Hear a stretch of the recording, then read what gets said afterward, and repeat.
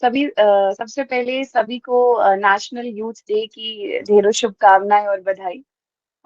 हमारा यूथ जो है वो हमारा प्रेजेंट भी है और हमारा फ्यूचर भी है। स्वामी विवेकानंद इसके सबसे बड़ी मिसाल रहे। ना ही उन्होंने सिर्फ अपनी फिलॉसफी आइडियोलॉजी से युवाओं के लिए रास्ता खोला, बल्कि उन्होंने एज ए लीडर हमको लीड किया है फ्रॉम द फ्रंट। और जो उनका पूरा लाइफस्टाइल रहा है वो अपने आप में ही एक बहुत बड़ी मिसाल रहा है कि एक युवा को अपना जीवन कैसे जीना चाहिए। तो सबसे पहले उसी की सभी को ढेर शुभकामनाएं।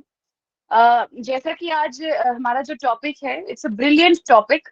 और जब ये टॉपिक मेरे हाथ लगा है कि टोबैको फ्री इंडिया और टोबैको पे टैक्स, इसका फ्यूचर क्या है, तो टू बी वेरी ऑनेस्ट मैं पढ़ाई करने में बहुत बिलीव रखती हूँ and I always do my homework.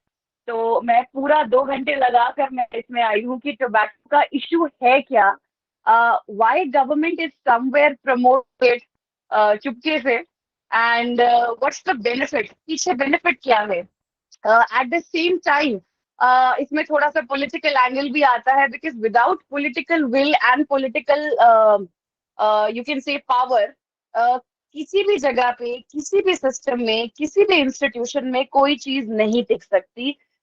ये आप सब एक वाइट ट्रूथ की तरह मानेंगे कि it's the white elephant in the room, कि ये सच बात है। तो वो पूरा एंगल समझने के लिए मैं आप लोगों से थोड़ा बहुत डिस्कस भी करना चाहूंगी कि टोबैको का जो एक हिस्टोरिकल पर्सपेक्टिव रहा है वो क्या रहा है। एंड 1947 में जब हम लोग इंडिपेंडेंट हुए, तो मैं आप लोगों को बताना चाहती हूँ कि 16-17 सेंचुरी में पोर्चुगीज जो भारत आए थे, उन्होंने टोबैको का कल्चर जो है, टोबैको की जो खेती है वो इंडिया में शुरू की है।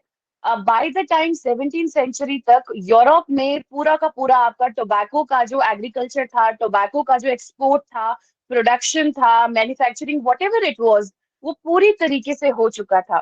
क्रिस्टोफर कोलंबस के बारे में हम लोगों ने सभी ने सुना है। तो जब अपनी वॉयज पे वो निकले थे, ही वॉज द वन जो आपके टोबैको की खेती को यूरोप में इंट्रोड्यूस कराने में जिम्मेदार थे।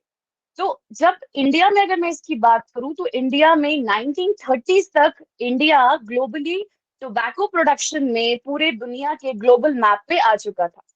तो आप ये देखेंगे कि by the time we got our independence 1947 में इंडियन गवर्नमेंट ने भी टोबैको कल्टीवेशन को बहुत ज्यादा प्रमोट किया है, क्योंकि इसके जो हिडन बेनिफिट्स थे वो बहुत बहुत ज्यादा थे।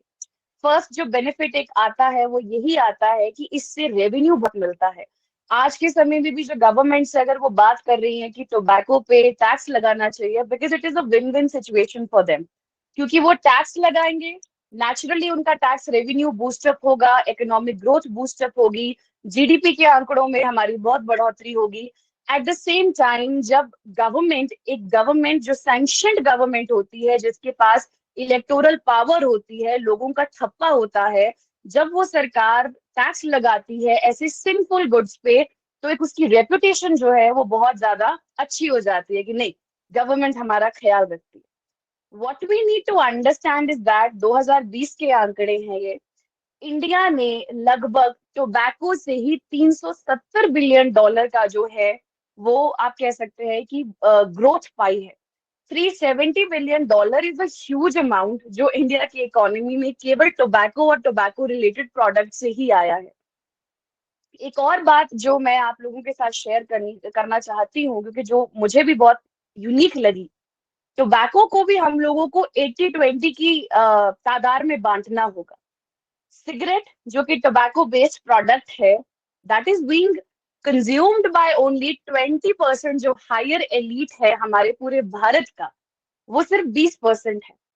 जो बचे हुए 80% हैं वो गुटखा, आपकी जो ये पान है, ये सब जो है जिसको हम बोलते हैं कि विमल पान मसाला, देखिए आजकल हीरो हीरोइंस भी बेसिकली इसको कितना प्रमोट कर रहे हैं, इलायची को प्रमोट कर रहे हैं। So they are not concerned about कि हेल्थ क्या है, they all are concerned about because it is a very profitable business model. हमारा 80% जो पूरा का पूरा पॉपुलेशन है वो गुटखा, बीड़ी, खैनी, ये सब चीजों को कंज्यूम कर रहा है।